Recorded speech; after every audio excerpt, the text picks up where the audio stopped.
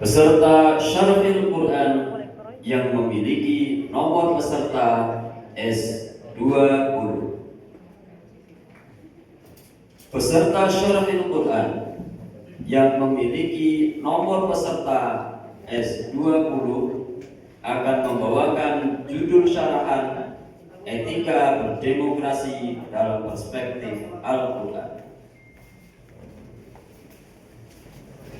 Dewan Hakim yang terhormat, inilah peserta Syarahil Quran yang memiliki nomor peserta S20 akan membawakan judul syarahan Etika Berdemokrasi dalam Perspektif Al-Quran.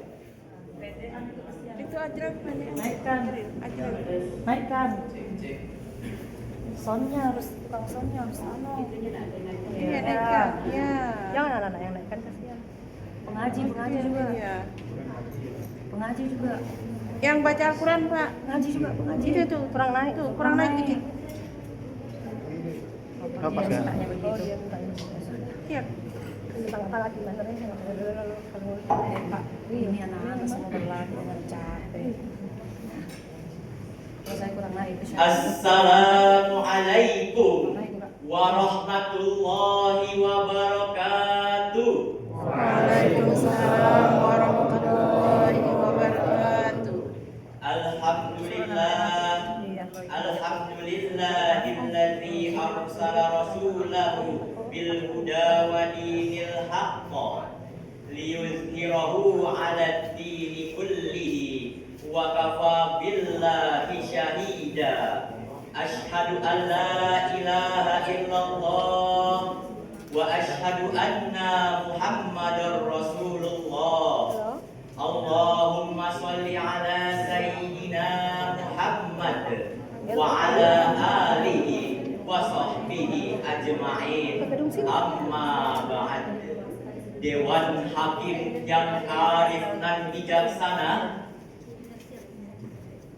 para ofisial yang selalu setia mendampingi para peserta, hadirin generasi Qurani yang berbahagia, semoga kita semua selalu dalam perlindungan Allah Subhanahu wa Ta'ala. Amin ya Rabbal Alamin. Abraham Lincoln menyatakan, demokrasi diartikan sebagai government of the people, by the people and for the people. Senada dengan hal tersebut, Plato menyatakan demokrasi adalah bentuk pemerintahan yang dipegang oleh rakyat dan dijalankan untuk kepentingan rakyat banyak. Indonesia adalah penganut sistem pemerintahan dengan model demokrasi Pancasila. Beberapa ciri dari demokrasi Pancasila adalah pelaksanaan pemilu dan pemilu kada secara langsung, terbuka, jujur, dan adil. Pesta demokrasi yang seharusnya menjadi marwah bagi pemerintahan yang bersih. Di zaman dengan gemerlapnya media sosial saat ini, ternoda dengan permainan politikus-politikus busuk yang berkeliaran menakodai para buzzer untuk menjatuhkan lawan politiknya. Tidak menjadi aneh lagi jika gara-gara beda pilihan jadi saling hantam, gara-gara beda pendapat saling sikat, bahkan gara-gara beda partai saling bantai. Betul apa betul? Kadang peraturan dibuat untuk dilanggar, kesepakatan dicapai untuk saling mengkhianati, bahkan yang lebih miris lagi, rakyat diajarkan bukan untuk membela yang benar, tapi membela yang bayar. Kondisi ini sungguh miris, hadirin. Pandangan dunia internasional tentang pelaksanaan demokrasi di Indonesia dari tahun ke tahun terus menurun.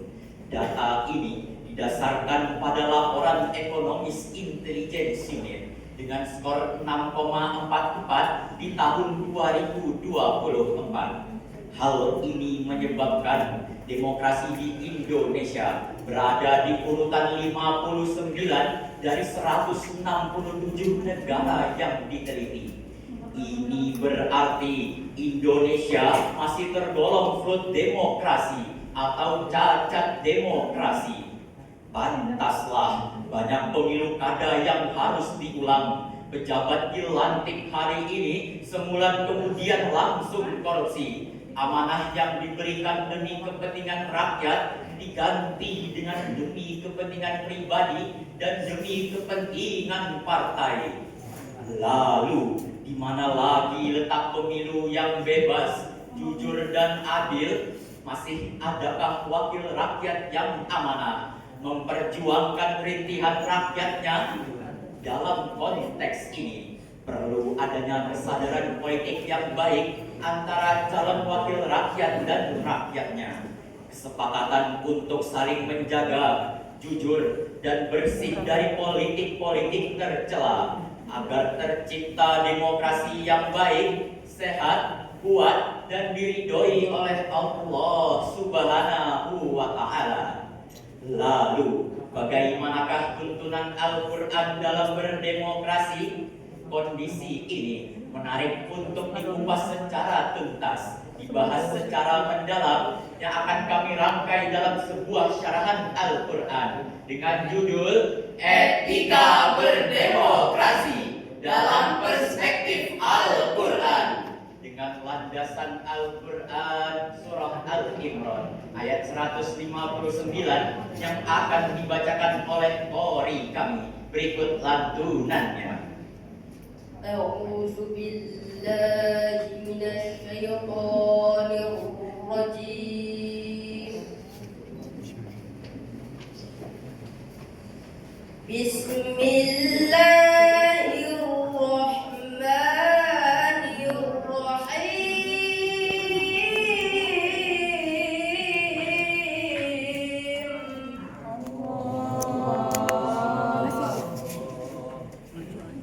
فبما رحمة من الله لنت لهم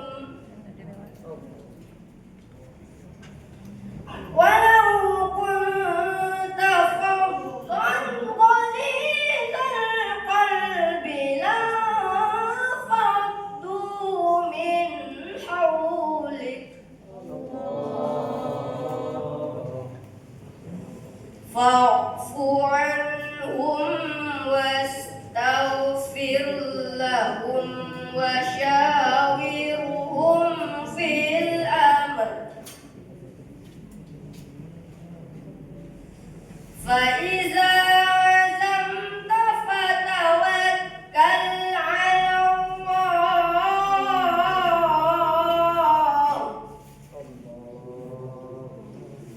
إن الله يحب المتوكلين.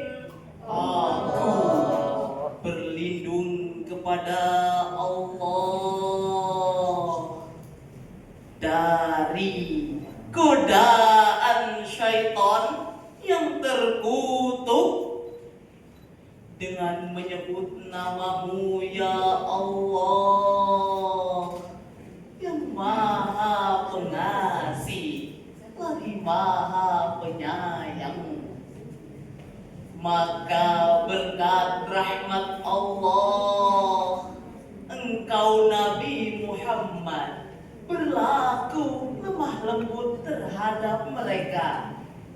Seandainya engkau bersikap keras dan berhati kasar, tentulah mereka akan menjauh dari sekitarmu. Oleh karena itu, maafkanlah mereka dan bermusyawarahlah dengan mereka dalam segala urusan penting. Kemudian, apabila engkau telah membangkitkan tekad, bertawakallah kepada Allah. Sesungguhnya Allah mencintai orang-orang yang bertawakal. Hadirin sahabat Syarhil Quran, calon-calon penghuni surga yang dirahmati Allah.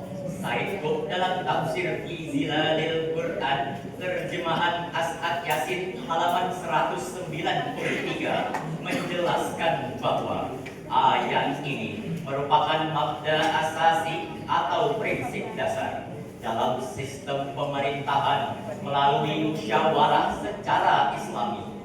Sedangkan Buya Hamka dalam tafsir Al-Azhar menafsirkan ayat ini dengan judul Syura sebagai sendi masyarakat Islam, di mana agama Islam membedakan antara urusan dunia dan urusan akhirat. Urusan akhirat seperti ibadah, syariah, dan hukum dasar itu dari Allah, sedangkan urusan dunia seperti ekonomi, ternak, tani, dan hubungan-hubungan biasa antar manusia hendaknya melalui musyawarah, dan ketika musyawarah berlakulah dua pertimbangan, yaitu maslahah Apa yang terbaik untuk umum? dan mafsadah. Apa yang terburuk untuk umum. Hadirin sahabat Syarhil Quran yang berbahagia, melalui surah Al-Imran ayat 159 ini Allah mengajarkan kepada kita setidaknya ada 5 etika dalam berdemokrasi, yaitu bersikap lemah lembut, Saling menghargai, tak saling mencaci, Jaga sikap walau berbeda pendapat. mempunyai tekad yang kuat untuk mencapai kata mufakat,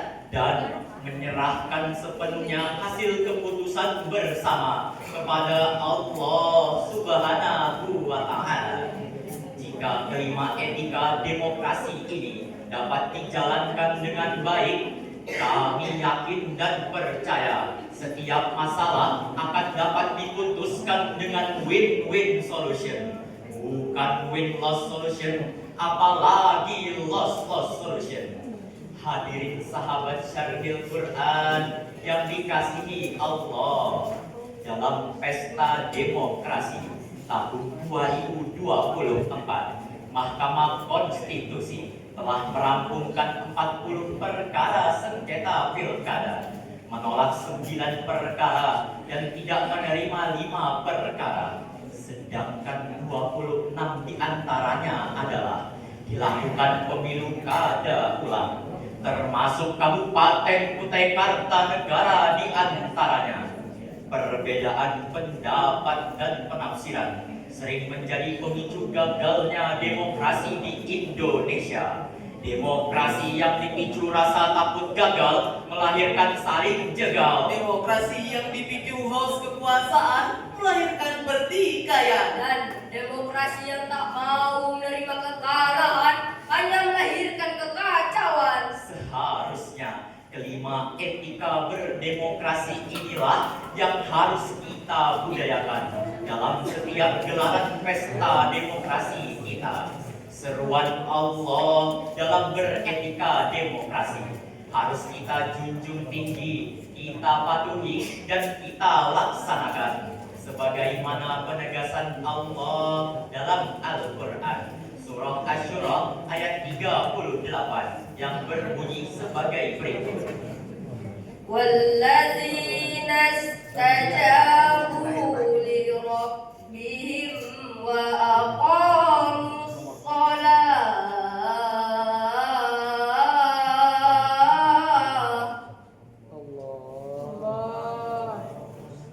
وأمرهم شورى بينهم ومما رزقناهم ينفقون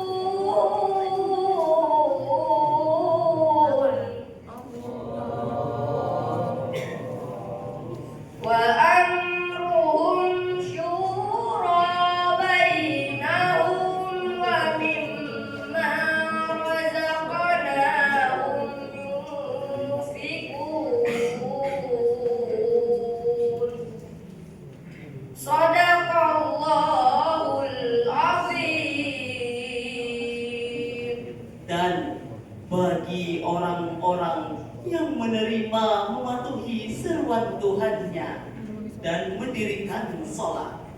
Sedang urusan mereka diputuskan dengan musyawarah antara mereka, dan mereka menafkahkan sebagian dari rezeki yang kami berikan kepada mereka.